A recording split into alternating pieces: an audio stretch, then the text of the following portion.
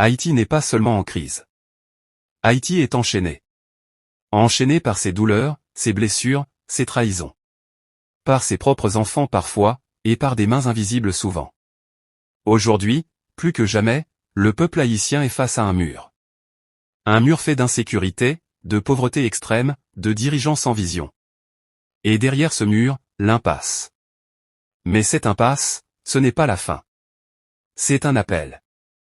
Un réveil. La vérité, c'est que personne ne viendra sauver Haïti. Ni la France, ni les États-Unis, ni l'ONU, ni aucun messie politique. Parce que ceux qui viennent de l'extérieur n'ont pas intérêt à ce que ce pays se relève complètement.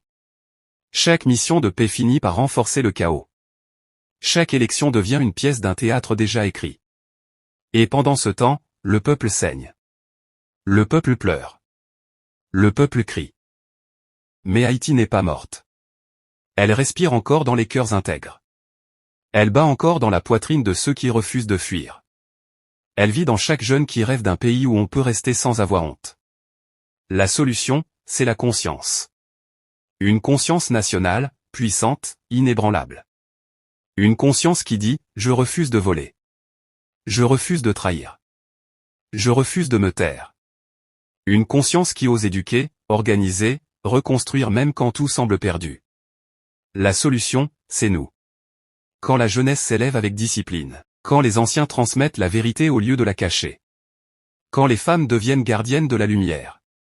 Quand le peuple devient sa propre autorité morale. Haïti ne peut pas mourir, sauf si nous l'abandonnons nous-mêmes. Haïti ne sera pas libéré par la colère. Mais par la clarté. Pas par la vengeance. Mais par la justice.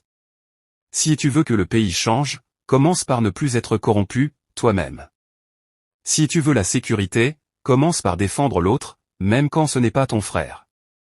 Si tu veux la lumière, sois cette lumière. Haïti n'est pas un fardeau. Haïti est une mission.